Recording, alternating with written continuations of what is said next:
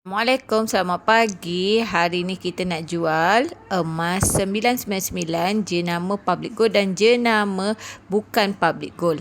Tiga item ni tak ada sijil, jadi kita nak tengok laku ke tak. Cuma ni branch belum buka, so kita tunggu sekejap. Okey, kalau kita tengok dekat website, untuk item public gold, mereka akan ambil 452 per gram. Kalau jenama bukan public gold, mereka akan ambil 444 per gram. Disebabkan ketiga-tiga emas ini tiada resit belian, tiada kad keaslian dia. Jadi kita nak tengok public gold tolak tak lagi harga daripada harga yang terpapar dekat website.